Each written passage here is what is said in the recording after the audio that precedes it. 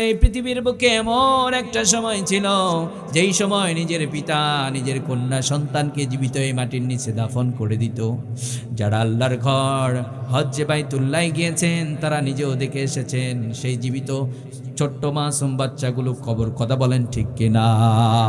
বিশ্বনবী সাল্লাল্লাহু আলাইহি ওয়াসাল্লামের কাছে দাহিয়া চলে গেলেন। তিনি তখন পর্যন্ত ঈমান আনেন নাই। দাহিয়াতুল কলবি রাদিয়াল্লাহু তাআলা আনহু বিশ্বনবী সাল্লাল্লাহু আলাইহি ওয়াসাল্লামকে বললেন, নবীজি এখন যদি আমি ঈমান আনি রব্বুল আলামিন আমার জীবনের সমস্ত গুনাহগুলো মাফ করে দেবে নাকি? বিশ্বনবী সাল্লাল্লাহু আলাইহি ওয়াসাল্লাম বললেন, ও দাহিয়া তুমি যদি এখন ঈমান আনো, ঈমান আনার পরে যতই তোমার অপরাধ থাক না কেন রব্বুল আলামিন সব ক্লিন করে দেবে, তোর নামে জান্নাতের বাজেট করে দেবে। এই কথা শোনার পরে দাইয়া বলছে, নবীজি আমার জীবনে এত বড় একটা মারাত্মক পাপ করেছি, আমার মন বলছে রব্বুল আলামিন সব অপরাধগুলো যদি মাফ করে দেয় আমার ওই পাপটা মাফ করবে না। বিশ্বনবী সাল্লাল্লাহু আলাইহি ওয়াসাল্লাম দাইয়াকে বললেন, ও দাইয়া কি অপরাধ করেছো বর্ণনা দাও। দাইয়া বলছে, নবীজি আমার স্ত্রী গর্ভবতী, আমার স্ত্রীকে বললাম যদি কন্যা সন্তান ভূমিষ্ঠ হয়ে যায় তুমি তাকে জীবিত হত্যা করে দেবে, কারণ ওই সময় নারীদের কোনো মর্যাদা ছিল না। কথা বলেন ঠিক কিনা? ওই সময় নারীদেরকে জীবিত হত্যা করে দেয়া হতো। এই স্ত্রীকেই কমিটমেন্ট দিয়ে দীর্ঘ কয়েক বছরের জন্য বিজনেসের জন্য বাইরে গেলাম। দীর্ঘ কয়েক বছর পরে যখন বাসায় ফিরে এসেছি আমার বাড়ির আঙিনার মধ্যে সুন্দর ফুটফুটে চেহারার একটা কন্যা সন্তান ঘোরাফেরা করছে। স্ত্রীকে ডাক দিয়ে বললাম, এটা কার কন্যা সন্তান? স্ত্রী এইবার স্বামীকে বলছে, স্বামী আমার এটা আপনার কন্যা সন্তান। স্বামী এইবার বলছে, আমি না বলেছিলাম যদি কন্যা সন্তান ভূমিষ্ঠ হয়ে যায় তুমি তাকে জীবিতই হত্যা করে দেবে? এইবার স্ত্রী স্বামীকে বলছে, স্বামী আমার এই পৃথিবীর বুকে এমন কোন মা আছে নাকি নিজের কলেজা চিরাদন সন্তানকে নিজ হাতে মাটির নিচে দাফন করে দিতে পারে? মা পারবে নাকি? এইবার দাহিয়া বলছে, তুমি একটা কাজ করো, কন্যা সন্তানটাকে সুন্দর করে সাজিয়ে দাও। সুন্দর করে সাজিয়ে দেওয়া হলো। বাবা কন্যা সন্তানটিকে নিয়ে মরুভূমির দিকে রওনা করেছে। দীর্ঘ পথ চলার পরে একটা পাহাড়ের পাদদেশে গিয়ে দাঁড়িয়ে গেলেন। বাবা নিজ হাতে গর্ত খনন করছে। বাবার শরীরটা ঘেমে যায়। কন্যা সন্তানটি বাবাকে বলছে, চলেন আমরা চলে যাই, আপনার অনেক কষ্ট হয়, আপনার শরীরটা ঘেমে যাচ্ছে, চলেন আমরা বাড়িতে চলে যাই। কন্যা সন্তানটি বুঝতে পারে নাই বাবা আমাকে জীবিতই হত্যা করে দেবে। একটা পর্যায়ে দাইয়া বলছে, মা তাকিয়ে দেখো কত সুন্দর একটা গর্ত খনন করা হয়েছে। কন্যা সন্তানটি বুঝতে পারে না এটা আমার জীবনের শেষ মুহূর্ত চলছে, কারণ এই পৃথিবীতে আমরা যারা সন্তান আছি সকলে আমাদের মা বাবার কাছে নিরাপদ। কথা বলেন ঠিক কিনা? দাহিয়াতুল কলবি রাদিয়াল্লাহু তাআলা আনহু কন্যা সন্তানটি যখন মাথাটা নিচু করেছে বাবা নিজ হাতে কন্যা সন্তানটির গলার মধ্যে ধাক্কা দিয়ে গর্তের মধ্যে নিক্ষেপ করে দিয়েছে। যখন গর্তের মধ্যে নিক্ষেপ করে দেয়া হলো, কলিজা ফাটা কান্না দিয়ে বাবাকে ডাক দিয়ে বলছে, বাবা আমার আমি বুঝতে পেরেছি এই দুনিয়ার আলো আর দেখা হবে না। যেই মা আমাকে তিলে তিলে বড় করেছে, মায়ের কলিজার মধ্যে লাথি দিয়ে আমি দুনিয়ার বুকে এসেছি, ওই মাকে আর কোনোদিন দেখা হবে না। ওই মাকে কোনোদিন আমি মোহাব্বতের সাথে মা ডাকতে পারবো না। ও বাবা তুমি আমাকে ছেড়ে দাও, ও বাবা তুমি আমাকে মেরো না, আমি দূর বহুদূর চলে যাব, কোনোদিন বাবার অধিকার নিয়ে তোমার সামনে আসবো না, কোনোদিন বাবা বলে মানুষের সামনে ডাকি তোমাকে আমি লজ্জিত করব না।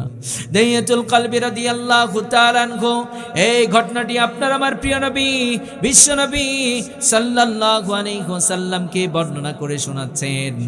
আপনার আমার প্রিয় নবী বিশ্বনবী সাল্লাল্লাহু বললেন, ও দাহিয়া তারপরে তুমি কি করেছো? কন্যা সন্তানটি যখন বারবার বেঁচে থাকার অধিকার চাচ্ছিল তারপরে তুমি কি করেছো বর্ণনা দাও। দাহিয়া বলছে, নবীজি এই কথাগুলো শোনার পরেও একটু ভালোবাসার সঞ্চার হলো না।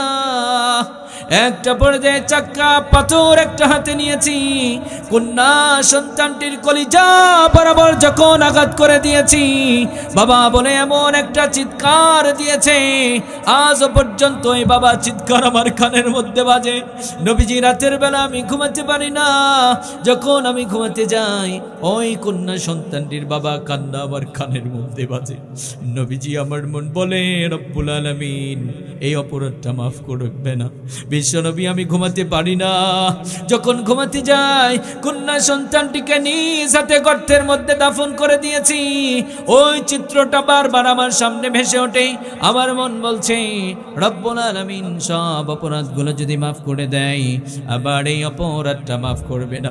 বিশ্বনবী বলছেন ও দাহিয়া, অনেক বড় পাপ করেছো, তুমি তো ঈমান আনো নাই, এখন যদি ঈমান আনো রব্বুল আলামিন তোর জীবনের সমস্ত গুনাহগুলো মাফ করে দেবে। আমাদের বোনদেরকে বলছি, এখান থেকে আপনাদের জন্য কি শিক্ষা নিতে হবে আপনাদেরকে। এই পৃথিবীর বুকে এমন একটা সময় ছিল নিজের বাবা নিজের কন্যা সন্তানকে জীবিতই হত্যা করে দিত। আবু জেহেল নেতা ছিল কিন্তু এগিয়ে আসে নাই। পৃথিবীর ইসলাম ছাড়া কোনো মানবতা এগিয়ে আসে নাই। একমাত্র ইসলাম আমাদের বোনদেরকে মৃত্যুর হাত থেকে বাঁচিয়ে দিয়েছে। কথা বলেন ঠিক কিনা?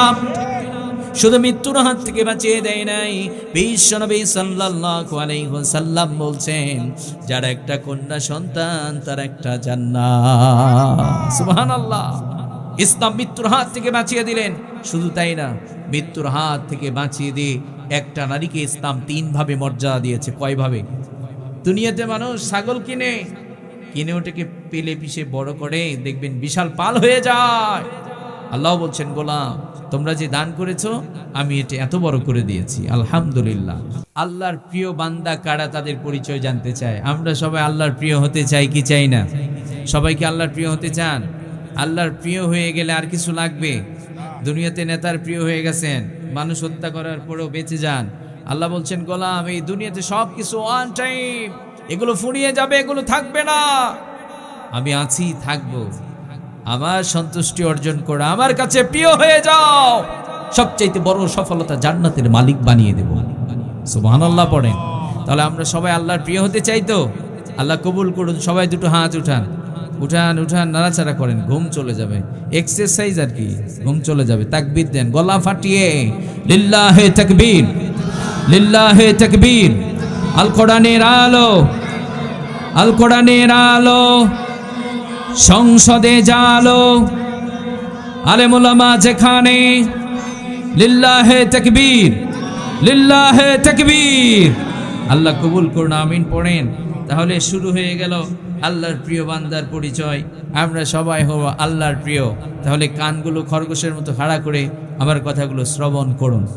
রব্বুল আলামিন বলেন ওয়াসারিউ ইলা মাগফিরাতিম মির রাব্বিকুম ওয়া জান্নাতিন আরদুহাস সামাওয়াতু ওয়াল আরদ উইদ্দাত লিল মুত্তাকিন। রব্বুল আলামিন বলছেন গোলাম তোমরা ছোট, তোমরা দৌড়াও, তোমরা প্রতিযোগিতা করো। আমরা প্রতিযোগিতা করতে বড্ড পছন্দ করি, কথা বলেন ঠিক কিনা? একজন কৃষক আর একজন কৃষকের সাথে প্রতিযোগিতা করে, একজন যুবক আর একজনের সাথে প্রতিযোগিতা করে, অনেক যারা খেলোয়াড় হয় একজন আর একজনের সাথে প্রতিযোগিতা করে। তার মানে আমাদের তবিয়ত হচ্ছে আমরা প্রতিযোগিতা করতে বড্ড পছন্দ করি। রব্বুল আলামিন বলছেন ও গোলাম এই দুনিয়া পাবার জন্য প্রতিযোগিতা করে তোমাদের হায়াতগুলোকে নষ্ট করিও না। তোমরা প্রতিযোগিতা করো। কিসের প্রতিযোগিতা করবো তোমরা জেনে নাও। তোমরা প্রতিযোগিতা করো ইলা মাগফিরাতিম মির রাব্বিকুম। রব্বুল আলামিন বলছেন ও গোলাম তোমরা প্রতিযোগিতা করো আমার কাছ থেকে ক্ষমা নেওয়ার। কিসের প্রতিযোগিতা? রবের কাছ থেকে আমরা সবাই ক্ষমা নিয়ে নেব, রাজি আছি না নাই? আমরা কেন রবের কাছ থেকে ক্ষমা নিয়ে নেব? কারণ আমাদের অপরাধ আছে না নাই? আমাদের গুনাহ আছে না নাই? মুরব্বী বাবা এমন অপরাধ করে, সন্তান যদি দেখতো, সন্তান যদি জানতো, বাবা বলে স্বীকৃতি দিত না। কথা বলেন ঠিক কিনা?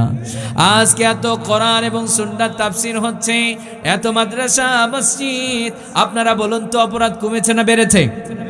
রব্বুল আলামিন বলছেন ও গোলাম এই যে অপরাধগুলো করেছো, এই অপরাধগুলো তোমরা আমার কাছ থেকে ক্ষমা নিয়ে নাও।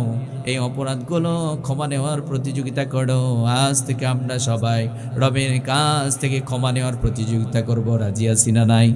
আমরা সবাই সব সময় চেষ্টা করব আমার জীবনে কোনো গুনাহ থাকা যাবে না। বনি আদম সন্তানের মধ্যে তারাই সেরা যারা গুনাহ করে, গুনাহ করার পরে বসে থাকে না, গুনাহ করার পরে রবের কাছ থেকে যারা তওবা করে গুনাহগুলো ক্ষমা করে নেয়, তারাই রবের কাছে সেরা হয়ে যায়। সুবহানাল্লাহ। তাহলে আজ থেকে আমরা সবাই গুনাহ মাফের প্রতিযোগিতা করব, রাজি আছি না নাই? এখন আপনি আমি চিন্তা করতে পারি এত গুনাহ করলাম, আমি বেপরদায় চলেছি। আমাদের বোনেরা চিন্তা করতে পারে আমি এত বেপরদায় চলেছি। যুবক ভাইয়েরা চিন্তা করতে পারে আমি তো গোপনে অনেক জিনা করেছি। রব্বুল আলামিন আমার অপরাধগুলো ক্ষমা করবেন কিনা? উঠাউঠি করছেন কেন? হ্যাঁ, খারাপ লাগতেছে? ও বুঝছি তো, যাত্রা ভালো লাগবো, ন্যাংটা ভালো লাগবো, তাই না? কপালে জুতার বাড়ি, কপালে জুতার বাড়ি। আমরা কোরআনের মূল্যায়ন করতে জানি না। আরে মুসি কি এর স্বর্ণের মূল্যায়ন জানেনি? মুসির কাছে সিরা স্যান্ডেলের মূল্যায়ন আছে, মুসির কাছে স্বর্ণের মূল্য নাই। কথা বলেন ঠিক কিনা? আজ আমাদের চরিত্র মুচির চাইতেও খারাপ হয়ে গেছে। কথা বলেন ঠিক কিনা? আল্লাহর ওলিরা বসছে, উঠে উঠে চলে যায়, ভাল লাগে না। কানটা ধরে দাঁড় করে দেন, সূরা ফাতিহা কথার পড়ে যায়। কষ্ট লাগতেছে এই জায়গায় বসে, এত সহজ না তো। 1-1.5 ঘন্টা কথা বলবেন আর মজা আসবেন না, ঠিক আছে বসবেন না, দূর থেকেই চলে যাবেন। বসেছেন, একটার পর একটা উঠতেছে, একটার পর একটা, মানে তামাশা শুরু হয়েছে না? খারাপ কষ্ট পাইলেন? হ্যাঁ, এখন যদি পরীক্ষা করে এখানে অনেকেই কোরআন পড়তেই পারে না, নামাজ পড়তে পড়তে কপালে ঢিপ পড়ে গেছে, সূরা ফাতিহা আজও পর্যন্ত সহি করে পড়তে পারে না। আছে না নাই? মানে এমন ভাবসাব, গুনাই নাই, জীবনে গুনাহ করি নাই। গুনাহ আমারও আছে, আপনারও আছে। আল্লাহ কি বলছেন? আমরা অনেকে গুনাহ করার পর হতাশ হয়ে যায়। আল্লাহ বলছেন, গোলাম হতাশ হইও না, কারণ তোমার মার মতো তো তোমাকে ভালোবাসি না আমি। তোমার মা তোমাকে কি পরিমাণ ভালোবাসে, নিঃস্বার্থক ভালোবাসে, তারপরও সেই মা বাবা নারাজ হয়ে যায়, বাড়ি থেকে অনেক সময় বের করেও দেয়। কথা বলেন ঠিক কিনা? কিন্তু রব্বুল আলামিন আপনাকে আমাকে কি পরিমাণ ক্ষমা করে। রব্বুল আলামিন বলছেন, গোলাম অনেক অপরাধ করেছো, নামাজ ছেড়ে দিয়েছো, বেপরদায় চলেছো, জিনা করেছো, মানুষের হক নষ্ট করেছো। হতাশ হয়ো না, তাওবার মতো তাওবা করো, তোমাদের জীবনের সমস্ত গুনাহগুলো আমি মাফ করে দেব। এই জন্য রব্বুল আলামিন বলছেন, ইয়া আইয়ুহাল্লাযীনা আমানু তুবু ইলাল্লাহি তাওবাতান নাসুহা। রব্বুল আলামিন বলছেন, ও গোলাম তোমরা যারা নিজের নফসের উপরে অনেক জুলুম করেছো, অনেক অত্যাচার করেছো, অনেক পাপ করেছো, গুনাহ করেছো, দুনিয়ার কেউ জানে না মনে করেছো, কেউ মনে বিচার করতে পারবে না। ও গোলাম তুমি জানো, আমি জানি, আপনার আমার অপরাধগুলো রব জানেন কি জানেন না? পৃথিবী না জানুক আমি তো জানি, আমি কি পাপ করেছি হায়। পৃথিবী না জানুক আমি তো জানি, আমি কি পাপ করেছি হায়। আমার পাপের করলে বিচার, বাঁচার আমার নাই উপায়। দয়াময় প্রভু মাফ করো আমায়, মাফ করো আমায়। সবাই পড়েন আমিন। আমাদের গুনাহগুলো কে মাফ করবেন? তাহলে গুনাহ করেছি, হতাশ হওয়া যাবে না। তাহলে গুনাহ করলেন, আল্লাহকে বলবেন, আল্লাহ জিনা করেছি, আজই তাওবা করলাম, আজই প্রমিস দিলাম। যুবক প্রেমিকার কাছে প্রমিস দাও, বলো জান তোমারে ছাড়া বাঁচবো না। তোমাকেও তোমার লাভার তোমাকে বলে, তোমাকে পছন্দ করে, প্যার করে, বলে জান তোমাকে ছাড়া বাঁচবো না। দেখবা তোমার চাইতে একটু সুন্দর মেয়ে ছেলে পাইলে ও আপনারে তালাক দিয়ে আরেকজনে ধরবে। কথা বলেন ঠিক কিনা? আল্লাহকে বলেন তাদের কাছে প্রমিস দিয়ে কোনো লাভ হবে না, কারণ গিফটের জোড় আছে, তার প্রেমেরও জোড় আছে। এমন যুবক ভাই আছে, মেয়ের পাল্লায় পড়ে গেছে, আজ পড়ালেখা শেষ, সারা রাত চ্যাটিং করে, ফজরের নামাজ নেই, সারা রাতের পড়ালেখা গেল, ফজর নেই, সকাল সকাল ঘুম থেকে উঠতে পারে না। দেখবেন দুপুর হয়ে যাচ্ছে, ঘুম থেকে ওঠার পরে মাথাটা চক্কর মারে, কাজের আর এনার্জি নেই। পড়বো না খাবো না গোসল দেব না নায়িকার সাথে দেখা করব, কোনোটাই আর ভালো লাগে না। রাস্তায় বের হয়েছে, দেখে আমি যারে ভালোবাসি জানের চাইতে ও তো আরেকজনের হাত ধরে ঘোরে। যখন দেখে যুবক, তখন কইছে খাইলাম এক সেকা, খাইলাম এক সেকা। যুবক হয় বেকা, ধরে গাঁজার কলকি, এক টাইমে কয় দেখ তোর প্রতি কত অভিমান করছি, গালাই ফাঁস লাগাইলাম। আছে না নাই? আছে না নাই? যুব সমাজ যদি সুন্দর হয়ে যায়, আমার সমাজের প্রত্যেকটা যুবক যদি নামাজি হয়ে যায়, আমার সমাজের প্রতিটা যুবক সন্তান যদি কোরআন পড়ে, কোরআন বোঝে, আল্লাহর কসম করে বলছি বাংলার জমিনে কোরআন বাস্তবায়ন হবে, এটা সময়ের ব্যাপার। কথা বলেন ঠিক কিনা? কিন্তু আজ যুব সমাজ কোরআন পড়তে পারে না। কেন পারে না? ব্যর্থ পিতারা টাকার জন্য সন্তানকে সরকারি চাকরিতে ইন করায়, আর সন্তান হারাম টাকার কারখানা বাড়িতে বাড়ায়। বাবা একবারের জন্য সন্তানকে নসিহত করে না, বাবা সরকারি চাকরি করছো ভালো কথা, আমি তোমার পিতা, তোমার জীবন যাবে, প্রয়োজনে তুমি ভ্যান চালিয়ে খাবা, একটি টাকা তোমার পকেটের মধ্যে হারাম পয়সা তুমি ঢুকাতে পারবে না, তুমি যদি আমার সন্তান হয়ে থাকো। কথা বলেন ঠিক কিনা? একজন পিতাও বলে না। সন্তান হারাম টাকার বস্তা বাড়িতে ঢুকায়, আর বাবা আরাম করে। আল্লাহর কসম করে বলছি, যেই পেটে হারাম ঢুকেছে ওইটাতে আগুন ঢুকিয়েছেন। কি ঢুকিয়েছেন? ওই পেটে তো আগুন ঢুকিয়েছেন। আগুনের বৈশিষ্ট্য কি? হ্যাঁ, আগুন ঢুকিয়েছেন, কোথায় যাবেন? আগুনে জ্বলবেন। আর হুজুরদের কাছে এসে অভিযোগ করবেন, হুজুর আমার সন্তান তো মাঝে মধ্যে লাঠিলেও দৌড়ানি দেয়। ব্যর্থ পিতা। ইসলাম আপনার বাবার বাড়ি মহান, তো আপনি চাবেন আরেকজনকে দেবেন না, হবে না। ইসলাম একপাক্ষিক কোনো কথা বলে না, ইসলাম দুই পাক্ষিক কথা বলে। ইসলাম বলছে, বাবাকে বলেছে সন্তানের হক আদায় করে দাও, সন্তানকে বলেছে তোমার বাবার হক আদায় করে দাও। আপনি আপনার সন্তানের হক আদায় করলেন না, আপনার হক আদায় করবে? সন্তানকে তো যোগ্য করে গড়ে তুলতে হবে। আপনি যে তার বাবা, আপনি তার জন্মদাতা পিতা, আপনার যে মান আর মর্যাদা কি পরিমাণ আল্লাহ দিয়েছে, আপনার সন্তানকে আপনি বুঝাতে ব্যর্থ হয়েছেন, তাই তো আপনার সন্তান আপনাকে লাঠিলে দৌড়ানি দেয়। কথা বলেন ঠিক কিনা?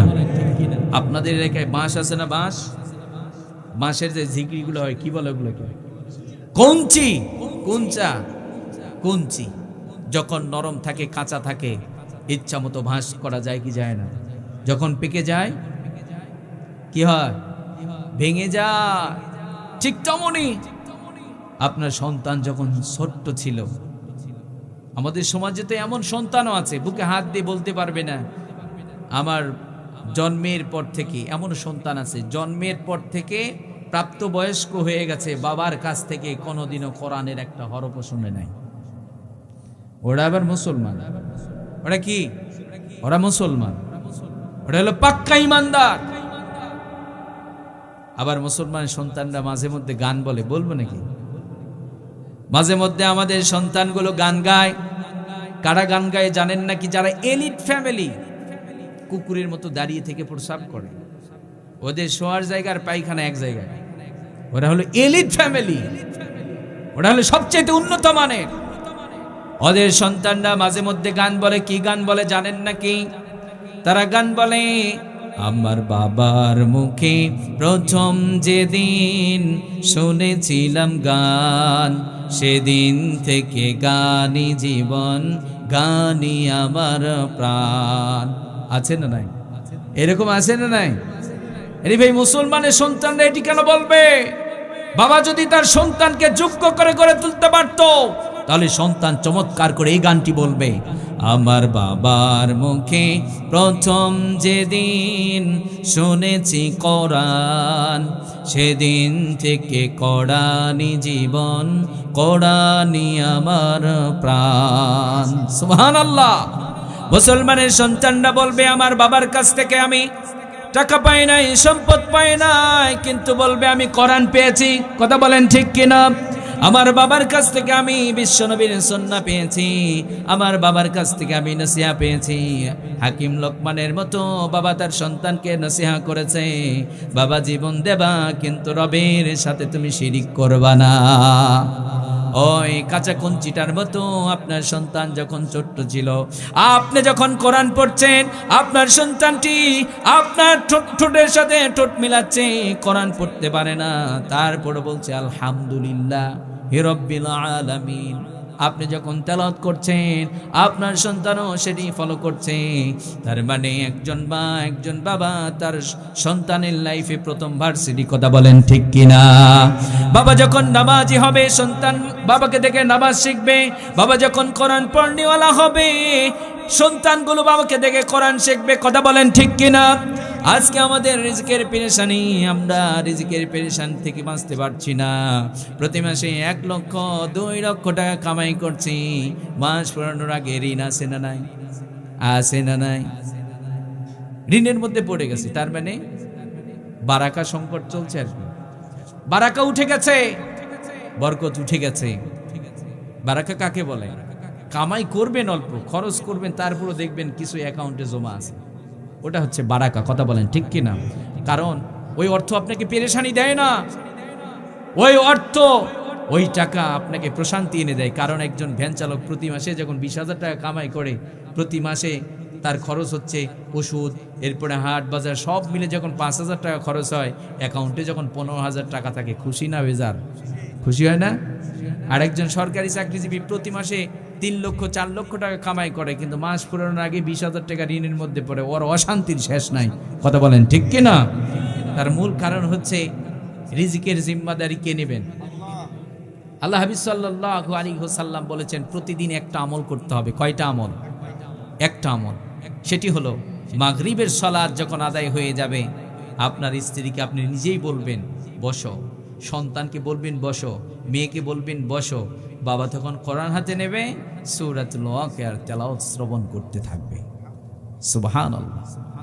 আপনাদের এই অঞ্চলে যতগুলো ফ্যামিলি আছে, প্রতিটা ফ্যামিলিতে মাগরিবের সালাত যখন আদায় হয়ে যাবে, প্রত্যেকেই যখন কোরআন নিয়ে, স্ত্রীকে নিয়ে, সন্তানকে নিয়ে পড়তে শুরু করবে, আল্লাহ হাবিব সাল্লাল্লাহু আলাইহি ওয়াসাল্লাম বলেছেন, এই বাবুরা চুপ করো।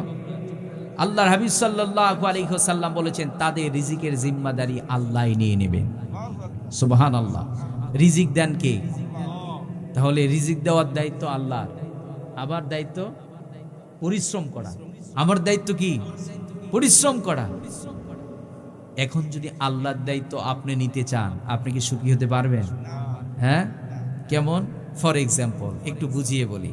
আপনাদের এলাকায় কি ধান ভাঙা কল আছে? ধান ভাঙা কলের দায়িত্ব কি? চাল বের করে দেওয়া। কি বের করে দেওয়া? চাল বের করে দেওয়া। আর মালিকের দায়িত্ব ধান ঢুকানো।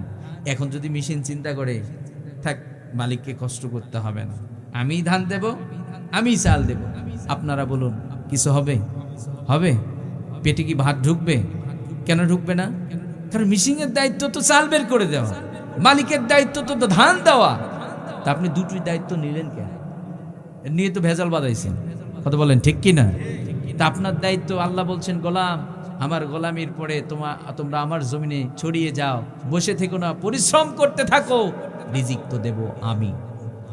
এখন আপনি চিন্তা করলেন গোলামি ছাড়ো আল্লাহ, আর পরিশ্রম শুরু করো। বুড়ো হয়ে যাচ্ছে, ইটের একটা বাড়িও করতে পারে না এখন। তার মানে অশান্তি আর অশান্তি। তার মানে আমার দায়িত্ব ছেড়ে দিয়ে আল্লাহর দায়িত্ব আমি নিয়েছি, তাই তো অশান্তি দিন দিন করে বাড়ছে, কথা বলেন ঠিক কিনা? তাহলে প্রিয় ভাইয়েরা আমার, আজ থেকে আমরা সবাই সূরাতুল ওয়াকিয়ার আমল করব, রাজি আছি না নাই?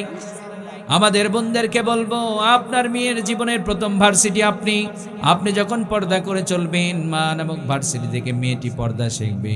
মা যখন পর পুরুষের সাথে দেখা দেবে না, কথা বলবে না, মেয়েটিও মাকে দেখে দেখে শিখবে, কথা বলেন ঠিক কিনা? কিন্তু আজকে 90% মুসলমানের দেশে মুসলিম নারীদের অবস্থা দেখলে মনে হয় না তারা মুসলিম নারী, কথা বলেন ঠিক কিনা? কারণ রব্বুল আলামিন বলছেন, ও মুসলিম নারীরা, ওয়াকরনা ফি বুয়ুতিকুন্না ওয়ালা তাবাররাজনা তাবাররুজাল জাহিলিয়াতিল উলা। রব্বুল আলামিন বলছেন, মুসলিম নারীরা যখন তাদের প্রয়োজনে ঘর থেকে বের হয়, তারা ইহুদি খ্রিস্টানদের মতো সেই মূর্খতার যুগের নারীরা নিজের সৌন্দর্যকে ওপেন করে দিত, তাদের প্রাইভেসিকে মানুষকে প্রদর্শন করাতো। মুসলিম নারীদের বৈশিষ্ট্য হবে, তারা যখন তাদের প্রয়োজনে ঘর থেকে বের হবে তখন তারা পর্দা করে নেবে। অর্ডারটা কার? কিন্তু আজকে মুসলিম নারীরা মালিকের অর্ডার বাদ দিয়ে ইহুদি খ্রিস্টানদেরকে ফলো করে, এই জন্য রাস্তাঘাটে নির্যাতিত হয়। কথা বলেন ঠিক কিনা? আবার আমাদের বোনেরা চিন্তা করে ইসলাম তো আমাদেরকে ঠকিয়েছে। আপনারা বলুন তো, আমাদের বোনদেরকে ইসলাম ঠকিয়েছে না জিতিয়েছে? ইসলাম ছাড়া এই পৃথিবীর বুকে আজও চ্যালেঞ্জ করছি, ইসলাম ছাড়া আমাদের বোনদের মর্যাদা কেউ দিতে পারে নাই। কথা বলেন ঠিক কিনা? তিন ভাবে মর্যাদা দিয়েছে। সর্বপ্রথম ইসলাম কন্যা হিসাবে মর্যাদা দিয়েছে। কি হিসাবে? আমাদের বোনেরা আজ বোঝে না ইসলাম যে তাদের কি সম্মান দিয়েছে। তারা ঘর থেকে বের হতে চায়, তারা নিজেরাই পরিশ্রম করে কামাই করতে চায়, তারা স্বামী গ্রহণ করতে চায় না। এখন তো আমাদের বোনদের যে মেজাজ আর যে মানসিকতা, কোনো রকম যদি একবার বিয়ে হয়ে যায়, কোনো কারণে বিচ্ছেদ হয়েছে, তালাক হয়েছে, তখন কি বলে জানেন? তখন তাদের মানসিকতা হচ্ছে কেন বিয়ে করতে হবে, স্বাধীন জিন্দেগি কত ভালো, ঢাকাতে যাব, ইচ্ছা করলে প্রতি মাসে 30,000 টাকা কামাই করা, এটা ওয়ান টাইম ব্যাপার। তখন বলে আর স্বামী লাগবো না। আছে না নাই? আছে না নাই? ইসলাম সর্বপ্রথম কন্যার মর্যাদা দিয়েছে। কেমন মর্যাদা? ইসলাম বলছে, বাবাকে বললেন তাকে লালন পালন করো, তাকে ইলমে দিন শিখিয়ে দাও, তাকে মুত্তাকি পরহেজগার বানাও। মুত্তাকি পরহেজগার একটা ছেলের হাতে আপনার মেয়েকে উঠিয়ে দেন, আল্লাহ আপনাকে জান্নাত দেবেন। সুবহানাল্লাহ পড়েন। তাহলে মেয়ে থাকলে আপনি জান্নাতের মালিক হবেন। শর্ত কি? তাকে ইলমে দিন শিখাতে হবে, মুত্তাকি পরহেজগার বানাতে হবে। মুত্তাকি পরহেজগার একটা ছেলের হাতে আপনার মেয়েকে উঠিয়ে দেবেন। কিন্তু আজকাল দেখা যায় ছেলেকে বিয়ে দেয়, মেয়েকে বিয়ে দেয়, সরকারি চাকরি যেখানে আছে ওখানে বিয়ে দেয়। কথা বলেন ঠিক কিনা? আগে শুনতাম বাবারা মেয়েকে বিয়ে দেওয়ার সময় সবসময় খুঁজতো যেই ছেলেকে আবার মেয়ের জামাই বানাবো সে যেন সত্যবাদী হয়, সে যেন নেককার হয়, সে যেন ভদ্র হয়, নম্র হয়, সে যেন মানুষের সাথে সুসম্পর্ক গড়ে তোলে, এমন একজন সৎ মানুষ যেন হয়। ওই রকম একটা ছেলের হাতে মেয়েকে উঠিয়ে দেয়। আজকাল কি করে জানেন? কিচ্ছু লাগবে না, টাকার বস্তা আছে, ওর হাতে মেয়েকে উঠাও। আছে না নাই? তাহলে ইসলাম সর্বপ্রথম কন্যা হিসাবে মর্যাদা দিয়ে দিল। দ্বিতীয় স্টেপে ওই নারীটার মর্যাদা দিচ্ছে স্ত্রী হিসাবে। কি হিসাবে? ওই মেয়েটি যখন আস্তে আস্তে বড় হয়ে গেল, প্রাপ্তবয়স্ক হয়ে গেল, ইসলাম বলছে তাকে বিয়ে দিয়ে দাও। ইসলাম বলছে তাকে বিয়ে দিতে হবে। আর যেই ছেলে তাকে বিয়ে করবে, ইসলাম বলছে মোহরকে আমি ফরজ করে দিলাম। সুবহানাল্লাহ। বিয়ে আজ তো বাংলার জমিনে বিয়েকে অনেক ঘৃণার চোখে অনেক সময় দেখা হয়। ধরেন আমি একটা বিয়ে করেছি, আরেকটা করলাম, আপনারা যখন জানবেন তখন অনেকে বলবে আমরা তো মনে করছিলাম হুজুরের চরিত্র খুব ভালো, নাই গেছে গা, হুজুর দুটো বিয়ে করছে আর কি, হুজুরের চরিত্র নাই। কিন্তু হুজুরের পার্শ্বে বা বাংলাদেশের কোনো একজন যুবক ভাই একজন মেয়েকে নিয়ে শুধু ধর্ষণ করে নাই, আবার হত্যাও করছে, ওর বিচারও হয় না, ও তার প্রতি কোনো অ্যাকশন হয় না, দুই একদিন স্মরণ থাকে, তারপরে সব ভুলে যায়। কথা বলেন ঠিক কিনা? আর হুজুর যে বিয়ে করছে মরণ পর্যন্ত মনে থাকে, অমুক হুজুর না, দুইটা বিয়ে করছে, কয়টা? মরণ পর্যন্ত মনে থাকবে, কেন হুজুর করছে, ওটা স্মরণ রাখতে হবে, কারণ ওটা ওর কাজ।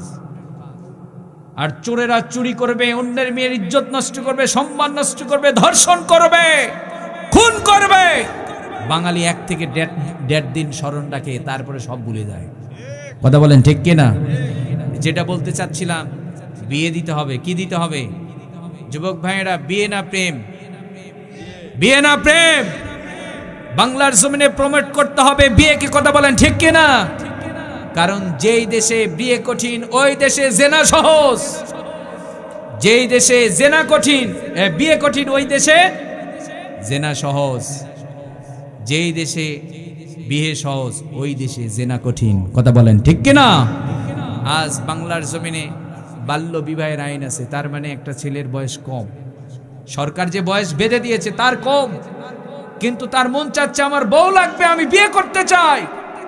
বাবাকেও বলতে পারছে না। আবার অনেক সময় বলে বাবা এখন চিন্তা করে বয়স তো হয় নাই, বিয়ে দেব, পুলিশ তো দৌড়ানি দেবে। আছে না নাই? পুলিশ দৌড়ানি দেয় কি দেয় না? পুলিশ দৌড়ানি দেয়। কিন্তু রংপুর শহরে পার্কে দেখবেন নওগাঁ জয়পুরহাটের একটা ছেলে পড়াশোনা করে, একটা মেয়ে পড়াশোনা করে, ক্লাসকে ফাঁকি দিয়ে দুজনে হাত ধরে পার্কে গিয়ে নোংরামি করে, কুকুরকে হার মানিয়ে তারা ওপেন সেখানে কুকুরের চাইতে নিকৃষ্ট কাজ করে। প্রশাসনের ভাইয়েরা একটা বগলে নিয়ে সকলে চকলেট চুষতে থাকে। কথা বলেন ঠিক কিনা? ওই জায়গায় ওরা চকলেট খায়। আর বাল্য বিবাহের আইন যেখানে হয়, ঘুম থাকে না, রাত 1টার সময় দৌড়ানি দেয়। আছে না নাই? আপনারা বলুন এই কথাগুলো কতটা সেনসিটিভ? আজকে দেশে অপরাধ বাড়তেছে কেন? কারণ যারা কাজ করবে তারা তো কাজ করে না, কাজ করছে। দেশটা যখন এই 5 আগস্টের পরে পরিবর্তন হলো, আমরা তো অনেক কিছু পরিবর্তন চেয়েছিলাম, পরিবর্তন হচ্ছে না। প্রত্যেকে আবারও দালালি শুরু করছে। দেশটি আপনার, দেশটি আমার, পরিবর্তনের দায়িত্ব আপনাকে আমাকেই নিতে হবে। কথা বলেন ঠিক কিনা? আমি যদি চাই এই আপনাদের এই থানা, এটা তো রংপুর সদর না? আচ্ছা, রংপুর সদরের সকল ভাইয়েরা যদি বলে প্রশাসনকে, আমার এই রংপুর সদরে কোনো প্রেম প্রীতি চলবে না, যদি কেউ প্রেম প্রীতির সাথে জড়িয়ে যায় দৃষ্টান্তমূলক শাস্তি দিতে হবে। সবাই যদি রাস্তায় 2-4 দিন মিছিল মিটিং করে, প্রশাসন সব সময় সেগুলো নির্মূল করার জন্য কাজ করবে। কথা বলেন ঠিক কিনা? কিন্তু কই আছে প্রতিবাদ? নাই তো। তখন প্রশাসনের ভাইয়েরা কয়ে লাগবে না, ওটা নিঃস্বাধীন। কারণ বাংলাদেশে তো মদের পারমিশন আছে। ওই যে আমাদের এক বোন এই প্রশাসনের ভাইয়েরা ধরছে গাঞ্জা না কি জানো, তাকে জিজ্ঞেস করা হয়েছিল যে তুমি কি খাও এগুলো? না, খাই না, আমি মদ খাই। জাতির কপালে জুতার বাড়ি। একটা মেয়ে বলে আমি এগুলো খাই না, আমি মদ খাই। লাইসেন্স আছে। কি একটা মানে তার ভিতরে কেমন একটা মানে তার কতটা সাহসিকতা। সে বলছে আমি মদ খাই, আমার লাইসেন্স আছে। আবার আমাদের পুলিশের ভাইয়েরা কয় হুজুর একটু ওয়াজ করেন, মদ যেন বন্ধ হয়। হাই রে, গলায় দড়ি দেওয়া উচিত। কথা বলেন ঠিক কিনা? এগুলো করে কে? এটা তো পাগলের প্রলাপ এগুলো। ওদিক থেকে মদ ছেড়ে দিচ্ছে, এদিকে এসে বলতেছে হুজুর ওয়াজ করেন, মদ যেন বন্ধ হয়। মদ কি বন্ধ হবে? কোশ্চিন কালেও বন্ধ হবে না। কথা বলেন ঠিক কিনা? তাহলে বাংলার জমিনে বিয়েকে সহজ করে দিতে হবে। আমরা সবাই রাজি আছি না নাই? এইবার যুবক ভাইয়েরা, আপনারা যখন বিয়ে করবেন, যৌতুক না মোহর ফরজ করে দিয়েছেন। মোহর ছাড়া বিয়ে হবে না। কথা বলেন ঠিক কিনা? এই জায়গায় স্ত্রীর মর্যাদা দিচ্ছে। প্রথমে ইসলাম বলছে মোহর দিয়ে দিতে হবে। কিন্তু আমার সমাজ, আমার দেশ নারীর অহংকার, নারীর অধিকারকে কেড়ে নিয়ে মোহর শুধু লিখে রাখো, না দিলেও চলবে। কিন্তু বাবা ভ্যান চালায়, 50,000 টাকা দিতে চেয়েছে, বাবার হাতে টাকা নাই, মেয়েকে দিয়েছে। যেই বাবা তার মেয়েকে বিয়ে দিয়েছে, আপনি তো তার বাবার কলিজাটাই নিয়ে গেছেন। কথা বলেন ঠিক কিনা? বারবার মেয়েকে বলে তোমার বাবা কই, টাকা কই? 50,000 দিয়েছে, 20,000। বারবার টর্চার করে বউকে মারে। এইরকম পুরুষ আছে না নাই? আছে না নাই? কই নারীবাদীরা? বাংলার জমিনে যৌতুকের জন্য পিটতে পিটতে মেরে ফেলা হয়েছে। কই নারীবাদীরা, যারা নারী অধিকারের কথা বলে? একদিনে তো মিছিল মিটিং করলো না। যৌতুকের জন্য আমাদের বন্ধুদেরকে মারা হচ্ছে, তাদের দৃষ্টান্তমূলক শাস্তি চাই। বলছে ওরা চায়, হুজুররা চায় নারীরা যেন সসম্মানে ঘরে থাকে। ওরা চায় নারীদেরকে ঘর থেকে বের করো, কারণ অন্যের মেয়ের ড্যান্স দেখতে ভালোই লাগে। অন্যের মেয়েরা ফুটবল খেলবে, দেখতে ওদের মজা লাগে। কিন্তু যাদের আত্মমর্যাদা আছে তাদের দেখতে ভালো লাগবে না। কথা বলেন ঠিক কিনা? ওদের মেয়েরা কোথায় থাকে? আমেরিকায় পড়াশোনা করে। ওদের মেয়েরা কি ফুটবল খেলে নাকি? আপনারা যারা এখানে আছেন, স্ত্রীকে, মেয়েকে সবাই পর্দা করাবেন। রাজি আছেন তো? নিজ হাতে পাতলা কাপড় কিনে দেবেন। জান্নাত তো দূরের কথা, জান্নাতের ঘ্রাণও পাবেন না। জান্নাত তো দূরের কথা, জান্নাতের ঘ্রাণও পাবেন না। তাহলে পর্দা করাবো। রাজি আছি না নাই? তাহলে যৌতুক না মোহর? মোহর না যৌতুক? মোহর দিয়ে দেব। যুবক ভাইয়েরা মোহর দিয়ে বিয়ে করতে চায়। অনেক মুরব্বী আছে যৌতুক ছাড়া ছেলেকে বিয়ে দিতে চায় না। কেন দিতে চায় না? কারণ তাদের মানসিকতা হচ্ছে ছেলেকে বিয়ে দিব, যৌতুক নেব না, তাহলে তো আমার ছেলের মানে দাম বাড়লো না, আর কি দাম তো কমে গেল। কুরবানির হাটে আরিয়া গরু বিক্রি হয়, হয় কি হয় না? এক একটা আরিয়া কত 5 লাখ 4 লাখ টাকা দামে বিক্রি হয়। ওই আরিয়ালা কিন্তু ওই টার্গেট নিয়েই বড় করেছে, কথা বলেন ঠিক কি না? ওই আরিয়ালার চরিত্র ধারণ করে বাবা এখন মনে করে এই ছোট্ট থেকে লালন পালন করে এত দূর নিয়ে আসলাম, বিয়ে দেব, যৌতুক 2 লাখ টাকা নিতে পারলাম না, তো লাভ কি হইল? আছে না নাই? হারাম হারাম আজ রন্দে রন্দে ঢুকে গেছে, কথা বলেন ঠিক কিনা? কারণ হালাল আমরা বিশ্বাসও করি না, হালাল এটা যে আল্লাহর বিধান এটা আজ আমরা বিশ্বাসও করি না, কথা বলেন ঠিক কিনা? কি সাহসিকতা! আবার অনেকে বলে শরিয়া আইনি আমরা বিশ্বাস করি না, আছে না নাই? অনেকে বলে শরিয়া আইনি বিশ্বাস করি, এটা তো দলমতের কথা না, এটা ইমানের প্রশ্ন, বিশ্বাসের জায়গা, কথা বলেন ঠিক কিনা? কারণ কোরআনের একটা হরফকে যদি কেউ অস্বীকার করে তার ইমান আছে, তার ইমান আছে। শরিয়া আইন কার বিধান? কার বিধান? এগুলো যদি আমি হুজুর বলি আমার ইমান থাকবে? থাকবে না। তাহলে প্রিয় ভাইয়েরা, বিয়েকে সহজ করে দেবেন, আর যখন বিয়ে হবে নগদ মোহর দিয়ে দেবেন, যৌতুক না। দ্বিতীয় স্টেপে স্ত্রীর মর্যাদা দিয়ে দিল, তৃতীয় স্টেপে ওই নারীটাই যখন মা হয়ে গেল, এইবার রব্বুল আলামিন মায়ের মর্যাদা দিয়ে দিল। আপনারা বলুন তো, মায়ের মর্যাদা কম না বেশি? মায়ের মর্যাদা কম না বেশি? বৃদ্ধ হয়ে গেছে, চুলগুলো পেকে গেছে, আর আপনাকে রান্না করে খাওয়াতে পারে না, আপনি ভাবতে পারেন তার আর কোনো মূল্য নেই। ইসলাম বলছে তার এমন মর্যাদা রব্বুল আলামিন দিয়েছেন, তার রবের গোলামির পরে তার পিতা মাতার স্থান দিয়ে দিয়েছেন। সুবহানাল্লাহ। ও কদা রাব্বুকা আল্লা তা'বুদু ইল্লা ইয়াহু ওয়া বিল ওয়ালিদাইনি ইহসানা। আল্লাহ বলছেন আমার গোলামি, আমার গোলামির পরে তোমার মা বাবার স্থান। সুবহানাল্লাহ। শুধু তাই না, বিশ্বনবী সাল্লাল্লাহু আলাইহি ওয়াসাল্লাম বলছেন, ও আমার উম্মতেরা, জান্নাত পাওয়ার জন্য ফরিদপুর গিয়ে পড়ে থাকলে হবে না। জান্নাত পাওয়ার জন্য বিভিন্ন বাবার দরবারে দৌড়াবা, ঈমান হারা হয়ে মুশরিক হয়ে বাড়িতে ফেরবা। জান্নাত কোথায় আছে তোমরা জানো নাকি? তোমার মায়ের পায়ের নিচে রব্বুল আলামিন জান্নাত রেখে দিয়েছেন। ওগো মা, তুমি এই ধরনের শ্রেষ্ঠ নেয়ামত, তোমারই পদ তলে রয়েছে জান্নাত। ওগো মা, তুমি এই ধরনের শ্রেষ্ঠ নেয়ামত, তোমারই পদ তলে রয়েছে জান্নাত। সুবহানাল্লাহ। ওই নারীটাকে ইসলাম যখন ছোট্ট ছিল ইসলাম তার মর্যাদা দিয়েছে, বিয়ে হয়ে গেল, বড় হয়ে গেছে, ইসলাম মর্যাদা দিয়েছে, বৃদ্ধ হয়ে গেছে, তার মানে জন্ম থেকে নিয়ে মৃত্যু পর্যন্ত সর্বোচ্চ মর্যাদা ইসলাম নারীদের দিয়েছে, কথা বলেন ঠিক কিনা? আপনারা বলুন, জন্ম থেকে নিয়ে মৃত্যু পর্যন্ত নারীকে কোথাও বলেছে তোমার বড় ভাই মাঠের মধ্যে কৃষিতে শ্রম দিচ্ছে, কৃষিতে আগাছা পরিষ্কার করছে, তোমার ভাইয়ের অধিকার হচ্ছে তুমিও যাও কৃষিতে শ্রম দাও, আগাছা পরিষ্কার করে, ইসলাম কখনো বলেছে? আরে ভাই, ইসলাম কি মর্যাদা নারীদের দিয়েছে। ভাইয়ের কাছে টাকা নেই, ছোট বোন ভাইকে বলে ঈদের সময় অমুক ড্রেসটা নেব, ভাই নিজের স্বপ্ন পূরণ না করে ছোট বোনকে কিনে দেয়, কথা বলেন ঠিক কিনা? তাহলে ইসলাম এখন পর্যন্ত বলুন, ইসলাম কি আমাদের মায়েদের ঠকিয়েছে না জিতিয়েছে? যে ইসলাম আমাদের বোনদের মর্যাদা দিয়েছে, সেই বোনদের মর্যাদা ঠিকঠাক রাখতে চাইলে কোরআন এবং সুন্নাহ মানার দরকার আছে না নাই? কোরআন এবং সুন্নাহ মানার দরকার আছে না নাই? আল্লাহ যেন কোরআন এবং সুন্নাহ মেনে চলার তৌফিক দান করেন, সবাই পড়েন আমিন। তা আমরা আল্লাহর প্রিয় হতে চাইলে আরও কিছু কাজ আছে, কখনো দেখা হলে বলবো। আপাতত আমরা আজ থেকে প্রতিযোগিতা করব রবের কাছ থেকে ক্ষমা নেওয়ার। কিসের?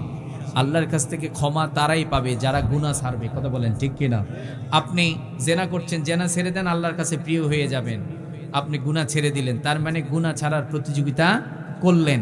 মায়েরা বেপরদায় চলছে, আগামীকাল থেকেই তারা প্রতিযোগিতা শুরু করলো, আজ থেকে আর বেপরদা নয়, আজ থেকে প্রতিযোগিতা শুরু করলাম, পর্দা করে গুনাহ ছেড়ে আল্লাহর কাছে প্রিয় হয়ে যাব, কথা বলেন ঠিক কিনা? নামাজ পড়ি না, নামাজ ধরেন, নামাজ শুরু করেন, দেখবেন আল্লাহর কাছে প্রিয় হয়ে যাবেন। তার মানে আজ থেকে আমরা সবাই গুনাহ মাফের প্রতিযোগিতা করব। আল্লাহ কবুল করুন, সবাই পড়েন আমিন। পরিশেষে আবারও বলছি, আজকের তাফসির মাহফিলটি হচ্ছে জামিয়া আরবিয়া নূরে হাওয়া মাদ্রাসা হাফিজ ছাত্রদের দস্তরবন্দি উপলক্ষে বার্ষিক তাফসির মাহফিল। আমরা যে ভাইয়ের অক্লান্ত পরিশ্রম করে মাদ্রাসা নির্মাণ করেছেন, তাফসির মাহফিল অ্যারেঞ্জ করেছেন, আমরা তাদেরকে ধন্যবাদ জানাই। আল্লাহ তাদের পরিশ্রমকে কবুল করুন, এই প্রতিষ্ঠানকে এই এলাকার জন্য দিনের মার্কাজ হিসাবে কবুল করুন, আমিন পড়েন। এবং আজকের এই তাফসির মাহফিল, আচ্ছা আমাদের সভাপতি সাহেব অসুস্থ, আমরা দোয়া করবো ইনশাল্লাহ। আর আজকের এই তাফসির মাহফিল যে ভাইয়েরা অক্লান্ত পরিশ্রম করে অ্যারেঞ্জ করেছেন, এই তাফসির মাহফিল যেন কাল কিয়ামতের মুসিবতের দিন নাজাতের উসিলা হয়ে যায়, সবাই পড়ে না আমিন। আর পরিশেষে আবারও বলছি, সন্তানগুলোকে কোনোভাবে কোরআন থেকে বঞ্চিত করা যাবে। ছোট্ট করে দুটো কথা বলেই শেষ করছি, সেটা হলো ক্লিয়ার কথা, যাদের মধ্যে কোরআন আছে তারা মানুষ, যাদের মধ্যে কোরআন নেই তারা মানুষ দাবি করতে পারে, তারা মানুষ নয়। আল্লাহ বলছেন আর রহমান আল্লামাল কোরআন খলাকাল ইনসান, দয়াময় আল্লাহ কোরআন শিক্ষা দিয়েছেন, মানুষ সৃষ্টি করেছেন। আপনারা বলুন, কোরআনের শিক্ষা আগে হয় না মানুষের জন্ম আগে হয়? আগে না? আল্লাহ যে বলছেন যে কোরআন শিক্ষা দিলাম, মানুষ সৃষ্টি করলাম, আমরা দেখতেছি আগে মানুষের জন্ম হয়। এখান থেকে পরিষ্কার বোঝা যাচ্ছে মানুষ হলো দুই প্রকার। কয় প্রকার? একটা হচ্ছে জন্মগত মানুষ, হাত পা আছে মানুষ বলেও মানুষ। আরেক প্রকার মানুষ হচ্ছে গুণগত মানুষ। কি মানুষ? গুণগত মানুষ। সে গুণের মানুষ, তার সামনে মূর্তি দাঁড় করিয়ে দেবেন, সে গুণের মানুষ, সে রবকে ভুলে নাই। যার মধ্যে আল্লাহকে চেনার জ্ঞান আছে, যার মধ্যে কোরআন আছে, সে গুণের মানুষ, তার সামনে মূর্তি দাঁড় করিয়ে দেবেন আর বলবেন সেজদা করো, ও বলবে জীবন দেব, কলিজা বের করে নে, মূর্তির পায়ে সেজদা আমার কপাল দিয়ে করে নিতে পারবি না। কথা বলেন ঠিক কিনা? আর যারা জন্মগত মানুষ, তারা দেখবেন মূর্তি সেজদা দেয়, হারামের তবিজ করে না, ও শিক্ষা প্রতিষ্ঠানে স্বামীর কাছ থেকে অন্যের স্ত্রীকে কেড়ে নিয়ে ধর্ষণ করে। আপনারা বলুন, ওরা কি গুণগত মানুষ? ওরা গুণগত মানুষ না। এই জন্য আল্লাহ বলছেন মানুষ দুই প্রকার। আমরাও বলি, মাদ্রাসা বা শিক্ষা প্রতিষ্ঠানে গিয়ে আপনি বলেন, হুজুর বা স্যার, এই যে ছেলেটাকে ভর্তি করালাম, এরে মানুষের মতো মানুষ বানিয়ে দেবেন। আপনারা বলুন, ওটা কি গরুর বাচ্চা? ওটা কি ছাগলের বাচ্চা? তা আপনি যে বলছেন মানুষের মতো মানুষ বানিয়ে দেবেন, তার মানে বুঝাচ্ছেন ও এখন জন্মগত মানুষ। ওরে গুণের মানুষ বানিয়ে দেন, এমন মানুষ বানিয়ে দেবেন, ও রাষ্ট্র পরিচালনা করবে, ক্ষমতায় থাকবার জন্য ও মানুষ মারবে না। ওরে এমন মানুষ বানিয়ে দেন, নিজের পেট ভরানোর জন্য জনগণের হক মারবে না। ওরে এমন মানুষ বানিয়ে দেন, ওই পৃথিবীর মালিককে ভুলবে না। কথা বলেন ঠিক কিনা? ওরে এমন মানুষ বানিয়ে দেন, তার রবকে সে ভুলবে না। কথা বলেন ঠিক কিনা? এমন মানুষ বানানোর দরকার আছে না নাই? এই জন্য আল্লাহ বলছেন আর রহমান আল্লামাল কোরআন খলাকাল ইনসান। আল্লাহ বলছেন কোরআন শিক্ষা দিয়েছি, মানুষ সৃষ্টি করেছি। তার মানে আল্লাহ বলছেন যাদের মধ্যে কোরআন আছে তারাই হচ্ছে সত্যিকারের মানুষ। যাদের মধ্যে কোরআন নেই, তোমরা মাথা উঁচু করে বারবার বলো আমরা মানুষ, দুটো হাত আছে, পা আছে, কিন্তু ওদের চরিত্র দেখলে মনে হয় কুকুরকে তারা হার মানিয়েছে। কথা বলেন ঠিক কিনা? তাহলে যারা কোরআন শিখতে পারি নাই, কোরআন বুঝি না, আমরা এখনো মানুষ হতে পারি নাই। মানুষ হতে চাইলে আপনাকে আমাকে অবশ্যই কোরআন পড়তে হবে, কোরআন জানতে হবে। কোরআন দিয়ে জীবন, রাষ্ট্র, সমাজ সবকিছু গড়ার দরকার আছে না নাই? আর এই মাদ্রাসার সাথে আবারও বলছি, কোনো দুশ্মনী রাখবেন না। কোরআনের প্রতিষ্ঠানের সাথে দুশ্মনী মানে ডিরেক্টলি আল্লাহর সাথে আপনি দুশ্মনী শুরু করেছেন, তার মানে আপনার বাঁচার আর কোনো রাস্তা নেই। কথা বলেন ঠিক কিনা? কোরআন কার কিতাব? কোরআন হচ্ছে কিতাবুল্লাহ, কোরআন হচ্ছে কালামুল্লাহ। কিতাব আল্লাহর কিতাব, কালামুল্লাহ আল্লাহর কালাম, আল্লাহর কথা। যদি কেউ আল্লাহর সাথে প্রেম করতে চায়, ডিরেক্টলি কথা বলতে চায়, সে যেন নিয়মিত কোরআন পড়ে, সে আল্লাহর সাথেই কথা বলে। সুবহানাল্লাহ।